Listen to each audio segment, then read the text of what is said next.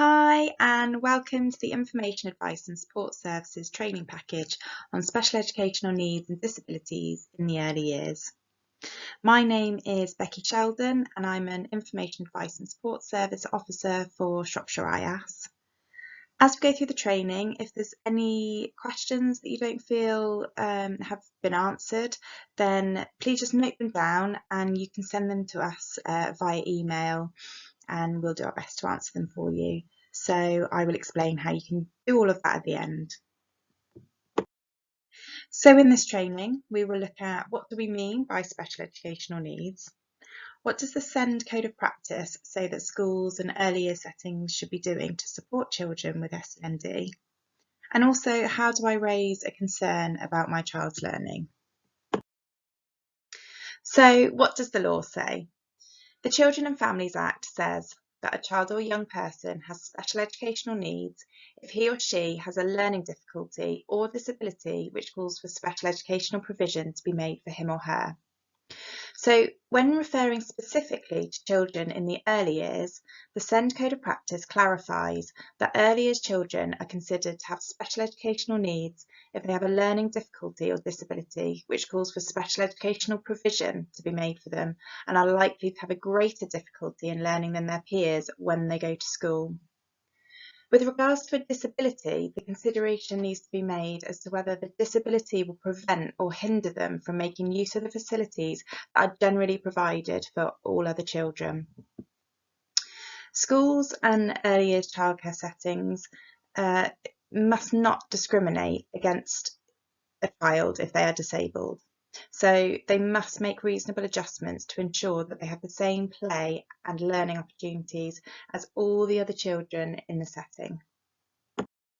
So I'll be referring to the Equality Act 2010, the Children and Families Act 2014, and the Early Years Foundation Stage Framework, as they're all in place to ensure that all children get the support they need when they need it, and that all children have the opportunity to reach their potential. I will also be referring a lot to the Special Educational Needs and Disabilities Code of Practice. So it's important to note that the SEND Code of Practice applies to all early years providers in the maintained, private, voluntary and independent sectors that are local authority funds. So these will be childcare providers who offer free places for 2, 3 and 4-year-olds. So what do we mean by special educational provision? For children over the age of 2, this means any provision that is additional to or different from what is generally provided to all children. For children under 2, if additional needs or a disability has already been identified, these needs will likely be significant, and so appropriate professionals are often already involved. These professionals will support families and settings on what provision is required to ensure that the child is safe and progressing in line with their ability within their setting. So provision for under 2s means educational provision of any kind. So you may be familiar with the Early Years Foundation Stage or the EYFS. This is a set of standards that all registered childcare settings, registered childminders and schools caring for children up to the age of 5 must meet. It includes safeguarding and welfare requirements, learning and development requirements, and how they should care for children with SEND. It is usually completed in the final term of the year the child turns 5. So in line with the EYFS, earlier settings are required to identify a staff member with lead responsibility for special needs. This is the Special Educational Needs Coordinator, or usually referred to as the SENCO. The SENCO is responsible for ensuring the appropriate implementation of support for children with SEN. They're also required to make arrangements to support children with SEND and ensure this information is made available to parents. They also must discuss concerns about your child's development with you and agree with you how best to support them. They also must carry out ongoing assessment, which will help identify where a child is at in terms of progress and if there are any significant gaps in their development which might be a cause for concern. They must keep you informed about your child's development. So just quickly, the 4 broad areas of need are communication and interaction, cognition and learning, social, emotional and mental health difficulties, and sensory and or physical needs. They will each be looked at individually and progress will be observed in each area and flagging up any concerns. The non-statutory outcomes outlined in the EYFS, which are essentially the areas of need broken down a bit, are communication and language, physical development, personal, social and emotional development, literacy, mathematics, understanding the world, and expressive arts and design. And again, attention will be given to each one of those outcomes. So the Code of Practice says that early years providers must use their best endeavours to make sure that a child with SEN gets the support they need. This means doing everything they can to meet children and young people's SEN. The Equality Act says they must make reasonable adjustments, including the provision of auxiliary aids and services for disabled children to prevent them from being put at a substantial disadvantage. So reasonable adjustments are usually things that can be arranged fairly easily and often without needing additional high needs funding to put in place. For example, the making of flashcards, ensuring a child is sat in a certain place for circle time or dinner time, help with feeding, small focused group work, and so on. So let's take a look at what is referred to as the graduated approach. The Code of Practice says it's particularly important in the early years that there is no delay in making any necessary special educational provision. So to achieve this, a graduated approach needs to be adopted to assess, plan, do, and review, which we will take a look at in a moment.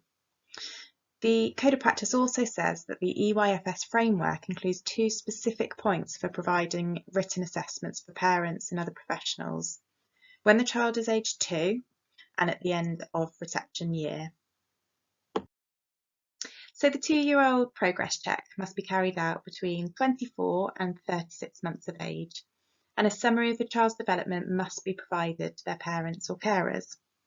This should be done by someone who knows the child, so in a setting it's quite often going to be their key worker, but sometimes it can be the health visitor. This check will enable the opportunity for early identification of developmental needs and, of course, if there's any additional support that's going to be required. So let's go back to the graduated approach and have a look at what early years settings should be doing in practice and the plan do review process. So all early years practitioners have a responsibility to monitor the progress and development of all children in their care. They must respond quickly to children's emerging needs and also plan ahead. And as already discussed, they must follow the EYFS. So if some concerns have been flagged that your child is not making expected progress, then the setting will need to meet with you to discuss these concerns and agree with you what the plan is for moving forward. So the assess stage. Initially, these will likely be practitioners' observations, their own assessments of your child, and just using their expertise and the EYFS as guidance. So to plan, the next step will be to meet with you and discuss what outcomes you would like to work towards and what support can be put in place to reach these outcomes and improve things for your child. This should be recorded on a support plan. This is quite often called a person-centred plan or PCP. It might be called something different in your setting though. And you should always be given a copy. It should also be agreed when appropriate to review with a date set. So do. Make sure you give time for actions to be put into practice. Remember, things don't happen overnight and it may take a while for things to change or improve. This time frame will depend on a number of factors: how many days your child does, what the level of need is, etc. But a good time frame is usually about 6 to 8 weeks. And review.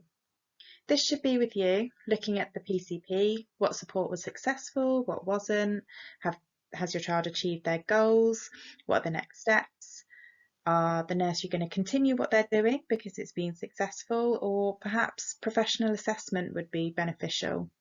Does the setting need to apply for additional funding? And the process continues: plan, do, review. All actions and agreements should be formally recorded and regularly reviewed with you. So how do you go about discussing your concerns with your setting? Communication is key in ensuring the best outcomes for your child. So if you're concerned that your child is not making the expected progress in line with their age, or you're not happy about the provision being made for your child, you must discuss this with your child's setting. The best person will usually be their key worker, just because they know them best, and they will understand your child's needs. But you might also like to speak to the SENCO and request that they attend a meeting.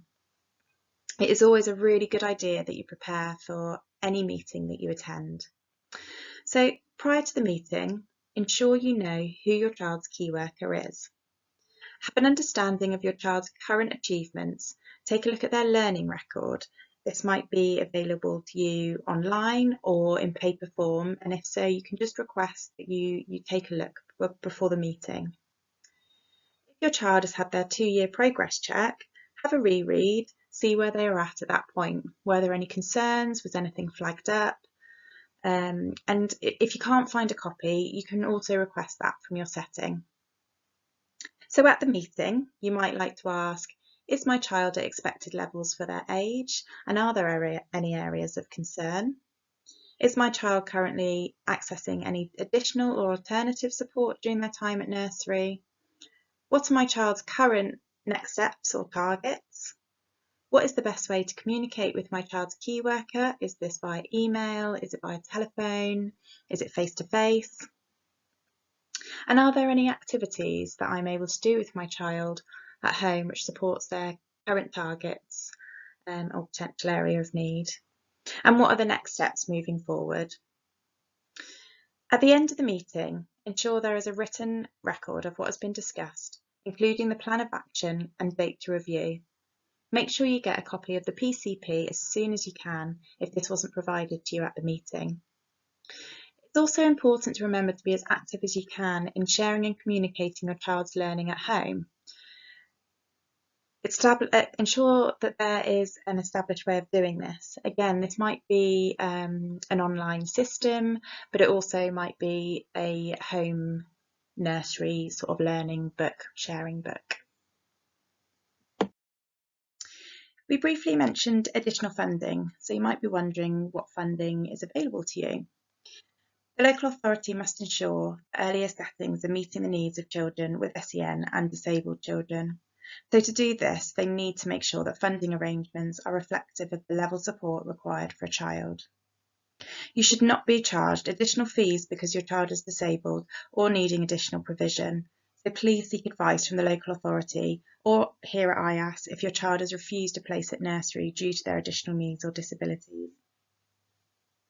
So tax-free childcare, this is paid to parents who are both in work to help out with the cost of childcare. The government will add £2 for every £8 parents pay, and for each child the government will pay a maximum of £2,000 a year or £4,000 a year for those registered as disabled. Parents can use tax-free childcare until their children are 12 or 17 if they have a disability. So parents are entitled to free childcare for 2-year-olds if they're in receipt of certain benefits. This is also available to children with an EHCP or who receive DLA. So the Disability Access Fund. If your child is 3 or 4 years old and receives free childcare and is in receipt of Disability Living Allowance or DLA, you can apply for your childcare provider to receive a small amount of funding through the Disability Access Fund. This is about £615 a year. So this is to help your childcare provider make reasonable adjustments at their setting to improve your child's access. The Early Entitlement Grant. So settings can apply for this for children who have been identified as having a special educational need. The setting will need to evidence their plan, do, review process and have sought professional advice who have recommended interventions. The grant must be used to put in place support that is different to what is available to all the other children, and it must be linked to the outcomes agreed with the parents. The Access to Education grant, this is for those children with complex special educational needs and disabilities, which will usually have been identified at birth or shortly after. The grant should be used to enable the child to access their early years entitlement. For more information on all of these funding pathways, please have a look at Shropshire's local offer page. You should be able to access the link through this slideshow. So it's appropriate to just give a quick mention of the portage service. This is a home visiting educational service for very young children with SEN and disabilities. You can self-refer into the service or the setting can do it for you. So portage workers are specially trained home visitors who will visit you regularly and support you with your child to enjoy play and learning activities. They will discuss with you a developmental plan or profile, and this will detail your child's abilities, strengths, support needs and future learning goals. Many portage home visitors are qualified teachers, early education or SEN specialists, and all have undergone specific portage training. The portage service is free and can be provided soon after the birth of your child or when their additional needs become apparent.